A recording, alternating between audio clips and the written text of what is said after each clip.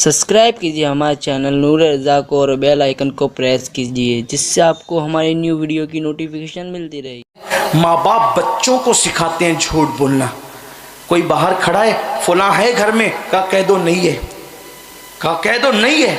मैं कहता हूँ अपने बच्चों को झूठा हम बना रहे हैं, और कल यही बच्चा जब पलट करके हमें झूठ बोल के अपना फन दिखाता है और तब बड़ा झूठा है, बाप की फरमाबरदारी नहीं करता, झूठा किसने बनाया। और आपसे पूछता हूं, मखलूक की खुशी के लिए खालिक को नाराज करते हो। अगर आप कह दो कि नहीं मिलना चाहते, वो आपका बिगाड़ क्या लेगा। घर में बैठे हैं, अभी निकले नहीं है, पहुंचने का टाइम था, कहां पहुंचे, कहां निकल गया, बस रास्ते में हूं, हालांकि बैठा है घर में। अगर बोल दो कि घर में बैठा हूं, लेट हो गया यार, नहीं निकल सकता, उसने कौन सी गर्दन उतार लेनी। मखलूक को खुश करने के लिए खालिक को नाराज न करो। बल्कि आज जो बच्चे बिगड़ रहे ना, बच्चे माँ बाप की वजह से बिगड़ रहे। घर के अंदर का माहौल इतना गंदा कर रखा है कि हमारे बच्चों को गुनाह के लिए कहीं ट्रेनिंग लेने जाने की जरूरत नहीं है, वो माँ बाप ही से सारी गंदगी सीखते हैं। आजकल बड़ा मसला चल रहा है, बेटियां भाग रही हैं, बेटियां भाग रही। मैंने कहा किसने ट्रेनिंग दी बेटियों को भगाने की? कोई आया था? नेकियों की तरबियत देने के लिए तो उलमा मुबल्लिगीन आते हैं, गुनाहों की तरबियत देने कौन आता है?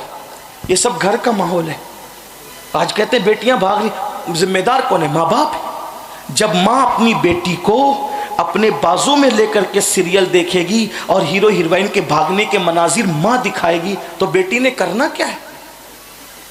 वक्त से पहले बच्चे बालिग हो रहे हैं, वो मनाजिर हमने अपने बच्चों को अपने बाजू में लेकर के देखें। फिल्मों ने, सीरियलों ने और गंदी फिल्मों ने बेड़ा गर्क किया है माशरे का। कल तक के बच्चियां शादी होने तक जो चीज़ें नहीं जानती थी, आज के हमारे बच्चे वो सारी चीज़ों को अबूर कर गए। अल्लाह माशाल्लाह, ये सूरत हाल है। और अब तो इतनी भयानक सूरत है कि बच्चियां कोई गुर्बत का बहाना लेकर, कोई शादी न होने का बहाना लेकर, कोई जेवर और कोई मोबाइल और कोई पता नहीं क्या क्या चीज़ों का बहाना लेकर, अब तो मुसलमान अब किसी दूसरे के हाथ में भी हाथ दे करके बाज बच्चियां जा रही हैं। हालांकि लोग प्रोपेगेंडा ज्यादा कर रहे हैं कि जा रही है। मैंने कहा हमें भी तो फेरिस्त दिखाओ कितनी गई, चंद गई, लेकिन आपने राय को पर्वत बनाया, राय को पहाड़ बनाया। याद रखना, अब भी पूरी दुनिया में सबसे ज्यादा बागैरत अगर किसी की बेटियां हैं तो मुसलमानों की बेटियां हैं, बाहया किसी की बेटियां हैं तो मुसलमानों की बेटियां हैं। लेकिन बहरहाल हादसात चंद तो हुए हैं कि मुसलमानों की बेटियों ने किसी और का बेगैरत का हाथ पकड़ा। मेरे आका अलैहिस्सलाम के प्यारे दीवानों,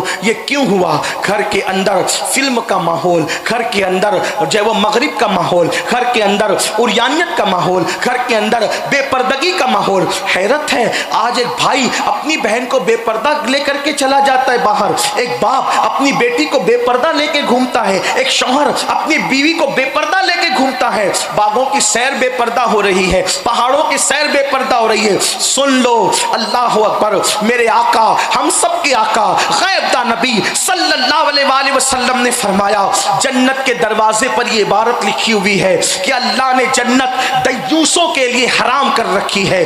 जन्नत दय्यूस के लिए हराम है, हराम। अल्लाह अकबर। सहाबे किराम ने पूछा, या रसूल अल्लाह, ये दय्यूस कौन है? तो आका फरमाते हैं, जिस घर की औरतें बेपर्दा घूमे, बदी में मुब्तला रहे और उनके घर के मर्दों को इत्तला होने के बाद वो उनको न रोके, वो मर्द दय्यूस है, दय्यूस। ना अल्लाह उनकी नमाजें कबूल करता है, ना उनकी दुआएं कबूल करता है। आपसे पूछता हूं, जब मोटे लिबास की बात हो तो आप कहते हैं ये मौलवी लोग तो दकियानुसी सोच के लोग हैं, अभी लोग मोटे लिबास कैसे पहनेंगे? पर्दे की बात हो तो लोग कहते हैं मौलवी लोग क्या पर्दे की बात करते हैं, मुंह पे पर्दा रखने से दम घुटता है। मैं कहता हूं, कुदरत ने 3 साल तक ताना देने वालों को बता दिया, दम घुटता है। मास्क पहनते नहीं थे, मुंह छुपा के घूमते नहीं थे, तब दम नहीं घुटता था। तो लोग कहते नहीं मौलाना, बीमारी से बचने के लिए मुंह छुपा लिया। हम कहते हैं नादान, जब बीमारी से बचने के लिए मुंह छुपाया जा सकता है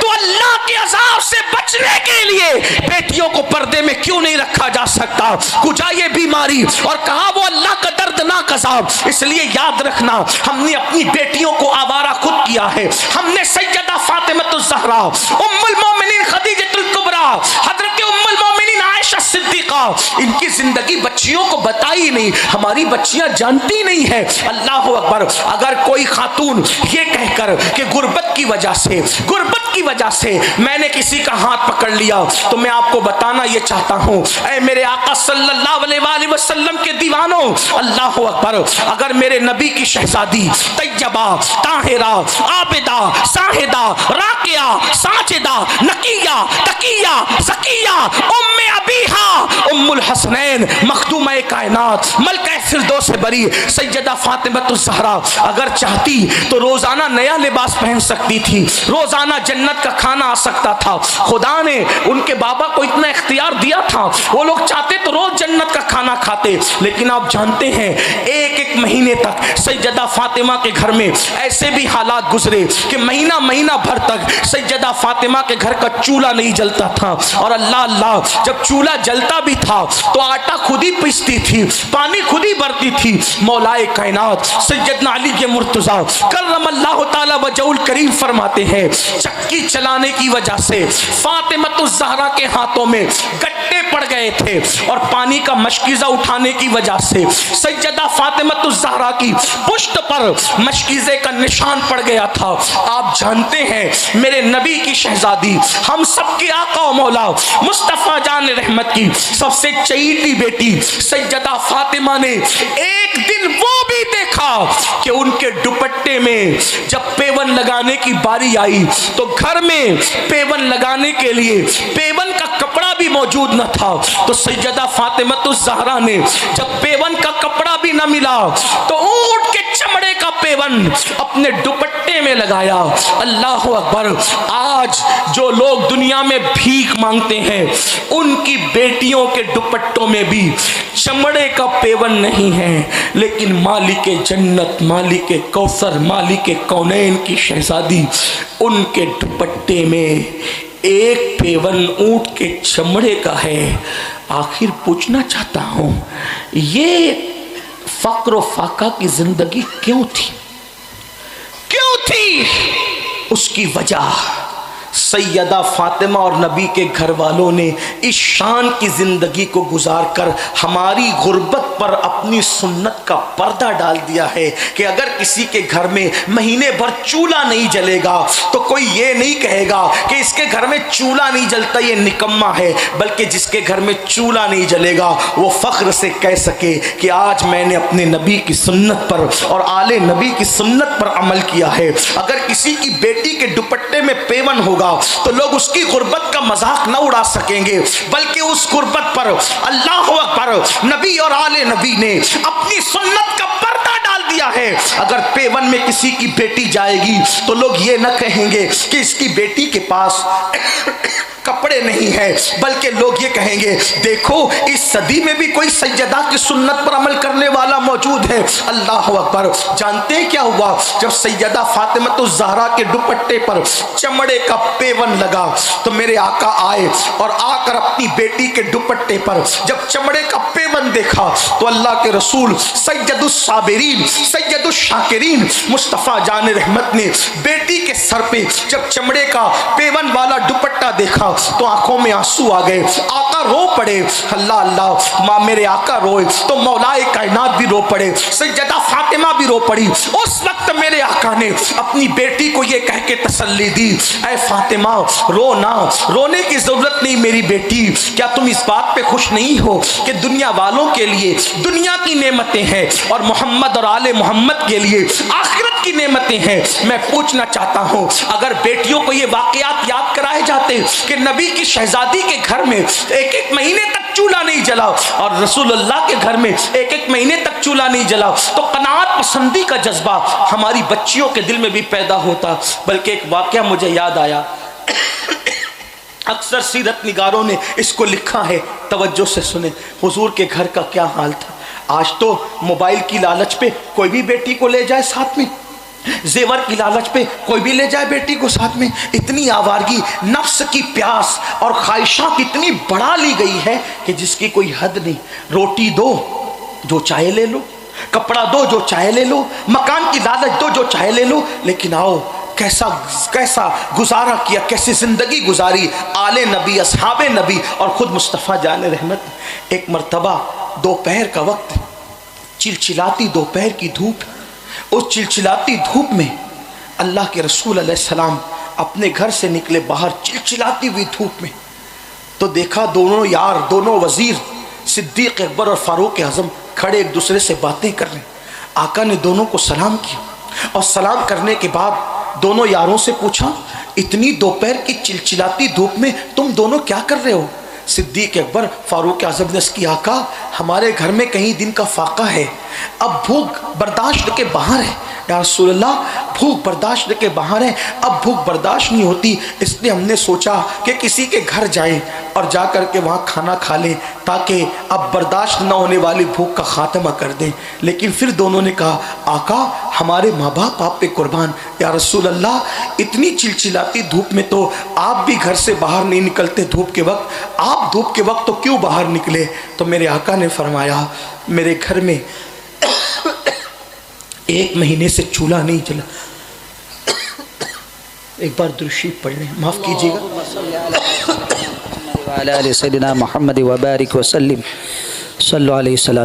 अल्लाह के रसूल अलैहिस्सलाम ने फरमाया, मेरे घर में 1 महीने से चूल्हा नहीं जला है और मुझे भी भूख की शिद्दत ने घर से बाहर किया। मैं भी चाहता हूँ कि किसी के घर जाऊँ। हालांकि हुजूर खुद कहते हैं मैं अपनी रातें अल्लाह के साथ गुजारता हूँ, वो खिलाता भी पिलाता भी है, लेकिन आज हुजूर बताना चाहते हैं अपने सब्र को, क्योंकि हुजूर अलैहिस्सलाम का वो मोजज़ा है और ये तालीम उम्मत के लिए है। किसी के घर मैं भी जाने के लिए निकला था कि किसी के घर जाके कुछ खाऊंगा। दोनों यारों को साथ लिया, एक सहाबी के घर गए। जब वहाँ पहुँचे उनको पता चला कि आका आए हैं, तो मेरे आका अलैहिस्सलाम को उन्होंने तरह तरह की खजूरें सजा दी। उसकी आका, एक बकरी का बच्चा घर में है, मैं उसको ज़बह करके खाना बनवाता हूँ। मेरे आका अलैहिस्सलाम इतना नोश फरमा लें, आप खजूरें नोश जान फरमाएँ, मैं बकरी का बच्चा ज़बह करता हूँ। बकरी ज़बह की और बकरी ज़बह करके खाना तैयार किया और बकरी का गोश्त का सालन और रोटी, इसको सैयदुत ताम कहा गया है, खानों का सरदार है। यहाँ मैं अपने उन भाइयों से कहता हूँ जो 3-3 बार पेट भर के खाते हैं, 5-5 बार खाते हैं, 2-2 टाइम नाश्ता करते हैं और अल्लाह के नबी का दिल दुखाते हैं गुनाह करके, वो तसव्वुर करें मेरे नबी ने अब इस दीन को हमारे घर तक पहुँचाने के लिए 1-1 महीने तक घर में चूल्हा नहीं जला मेरे नबी के घर में, बल्कि 1 महीना तो उस वक्त का वाक़या है। उम्मुल मोमिनीन तो यहाँ तक कहती है, एक चाँद दिखता ख़त्म होता, हुजूर के घर में चूल्हा नहीं जलता, दूसरा चाँद दिखता वो भी ख़त्म होता, हुजूर के घर में चूल्हा नहीं जलता, तीसरा चाँद दिखकर वह भी ख़त्म हो जाता। 3-3 महीने हो जाते हुजूर के घर के चूल्हे से कभी धुआं नहीं निकलता। जिसकी नेमतें पूरी कायनात खाती हो, आसमां खान, ज़मी खान, ज़माना मेहमान, साहिब खाना लक़ब किसका है तेरा तेरा। ये क्यों फ़क्र फाका था? सिर्फ हमें हौसला देने के लिए, हमारी गरीब बेटियों को हौसला देने के लिए कि गुर्बत की वजह से हम अपनी इज्जत का सौदा ना करें। जब मेरे आका अलैहिस्सलाम अपने दोनों यारों को साथ लेके निकले और खाना तैयार हो गया, खाना सामने आया, तो वो साहिब खाना खाने को देखते हैं और आका का चेहरा देखते हैं। दोनों यार सोचते हैं हुजूर शुरू करें तो हम शुरू करें। उतने में वो मेज़बान रसूल कहते हैं, आका अब शुरू करें ना, खा लें हुजूर। तो मेरे आका रो पड़े, आका रो दिए। अर्ज़ की हुजूर क्यों रो रहे हैं? फरमाया, मेरे लिए तो तूने खाना तैयार कर दिया, लेकिन जितने दिन से मैं भूखा हूँ उतने दिन से मेरी बेटी फातिमा भी भूखी है, उतने दिन से मेरी बेटी फातिमा भी भूखी। 1 महीना हो रहा है, 1 महीना, कभी बकरी का दूध है, कभी खजूर और पानी है, इसी पे गुजारा है। आखिर मालिक जन्नत, दुनिया में सबसे ज्यादा मालदार अगर कोई इंसान पैदा हुआ है तो सिर्फ मुस्तफा जाने रहमत है। ना उनसे पहले कोई इतना मालदार है, ना उनके बाद कोई इतना मालदार है। वजह यह है कि कोई एक रियासत का, कोई एक मुल्क का, कोई एक खित्ते का, कोई एक कबीले का मालिक है, लेकिन मेरे नबी को तो अल्लाह ने पूरी कायनात का मालिक बनाया है। खालिक कुल ने आपको मालिक कुल बना दिया, दोनों जहां है आपके कब्ज़ा व इख्तियार में। और मैं तो मालिक ही कहूंगा कि वो मालिक के हबीब यानी महबूब मौहिब में, नहीं मेरा तेरा वही ला मकां के मकी हुए, सरे आर्श तख्त नशी हुए। ये नबी है जिनके हैं ये मकां, वो खुदा है जिसका मकान नहीं, और नहीं उनकी मुल्क में आसमां के ज़मीन नहीं के ज़मान नहीं। अल्लाह अकबर। मेरे आका फरमाते हैं कि मुझे तेरा खाना देखकर मेरी शहजादी फातिमा की भूख याद आ गई है। जितने दिन का मैं भूखा हूँ उतने दिन की मेरी शहजादी फातिमा भी भूखी है। अगर तुम इजाज़त दो, तवज्जो करें, अंदाज देखें, अगर तुम इजाज़त दो तो थोड़ा सा खाना मैं अपनी फातिमा के घर भिजवा दूँ। वो रो पड़े, आका ये सब आपका है हुजूर। तो मेरे आका ने रोटी उठाई, उस पे चंद बोटियां रखी और फरमाया ले जाओ मेरी बेटी को पहुंचा देना कि तेरे बाबा यहाँ खा रहे, आप वहाँ पर नौशेजान फरमाएं। आपसे पूछता हूँ ये अच्छा एक चीज़ मैं मेरे समझ में नहीं आती, मैं आपको लेकिन उसको समझाना चाहता हूँ कि अगर आज आपकी बस्ती के इमाम के घर का ये आपको हाल पता चल जाए कि उसके घर में चूल्हा नहीं जला, तो दीन से हजार गफलत के बाद भी आप क्या करोगे? राशन का अंबार लगा दोगे। अभी लॉकडाउन के अंदर हमने देखा मुसलमानों ने इतना रिलीफ बांटा कि गरीब लोग दुकानदारों को माल बेचने शुरू कर दिए। यानी इतनी दिन से दूरी के बाद भी एक दूसरे का इतना ख्याल है। तो नबी के घर में 3-3 महीने चूल्हा नहीं जलता था, लेकिन कोई सहाबी वहां ला के देते क्यों नहीं थे? एक बात सवाल पैदा होता है, भाई अगर आप बताएं ना, जो अपनी जान कुर्बान कर दें, जो अपनी जान कुर्बान कर दे, मक्के जैसा वतन कुर्बान कर दे, माँ बाप कुर्बान कर दे, रिश्तेदारियां कुर्बान कर दे, फिर वो हुजूर के घर ला के देते क्यों नहीं थे? पता है फाके होते थे मगर इतनी राजदारी से होते थे कि फाका नबी के घर में हो रहा है, सिद्दीक अकबर को खबर नहीं है, इतनी राजदारी से। आप तवज्जो फरमाएं, वजह ये सब बातें तो बाद में पता चली, कहीं जाहिर की गई, बल्कि सबसे ज्यादा बातें उम्मुल मोमिनीन ने बताई। एक दिन ऐसा हुआ, असल में ये फाके की बात कैसे पता चली, बहुत ज्यादा आम कैसे हुई, मजमे में कब बयान हुई, कई मौके थे, लेकिन एक मौका, एक मर्तबा कुछ सहाबा सैयदा आयशा सिद्दीका के पास और उम्मुल मोमिनीन हफ्सा के पास आए, दोनों महतुल मोमिनीन के पास, और कहा उमर ना अच्छा खाते हैं, ना अच्छा खाने देते हैं, ना अच्छा पहनते हैं, ना अच्छा पहनने देते हैं, एक काम करो, दोनों उम्मुल मोमिनीन को वसीला बना के फारूक आजम को बुलाओ, क्योंकि वो सब की बात काटेंगे, इन दोनों की बात नहीं काटेंगे, क्योंकि ये अम्मी जान है मोमिनों की। सब लोग आए, हुजूर की अज़वाज से कहा कि हुजूर की अज़वाज को कहो कि उमर को बुला के कहें, उनकी बात मानेंगे। दोनों उम्मुल मोमिनीन ने फारूक आजम को बुलाया और कहा उमर इतनी दौलत आ गई, इतनी फुतुहात हो गई, तो तुम भी अच्छा खाओ, उनको भी अच्छा खाने दो, अच्छा पहनो पहनने दो। तो फारूक आजम ने इससे पहले कि वो कोई बात कबूल करते, दोनों उम्महातुल मोमिनीन से कहा तुम तो हुजूर की घरवालियाँ हो, तुम तो हुजूर के घर में रही हो, बताओ सच कहना, बताना ए नबी की प्यारी प्यारी अज़वाज, क्या नबी के घर में एक दस्तरखान पर कभी 2 सालन जमा हुए थे? असहाब की मौजूदगी में पूछा, हुजूर के घर में एक दस्तरखान पे कभी 2 सालन जमा हुए थे? फारूक आजम ने कहा क्या ऐसा नहीं होता था कि रसूलुल्लाह ने सूखी रोटी को पानी में भिगो करके खाया है? ऐसा नहीं था? उन्होंने इकरार किया, हाँ ऐसा ही था। क्या ऐसा नहीं था सालन की बजाय अल्लाह के नबी सिरके में सूखी रोटी डुबा के खाते थे? क्या ऐसा नहीं था कि हुजूर अलैहिस्सलाम जब फाका करते थे तो कभी कभी एक मर्तबा में पेट पे 3-3 पत्थर भी बांधने की नौबत आ जाती थी? ऐसा नहीं था कि हुजूर जब बिस्तर पे लेटते थे तो चारपाई पर जो वो चादर भी नहीं होती थी, बगैर चारपाई पे लेटते थे तो निशान पड़ जाते थे रस्सियों के जिस्म अक़दस पर? क्या ऐसा नहीं था कि तकिए के बगैर अल्लाह के रसूल हाथ का सराना बनाते थे?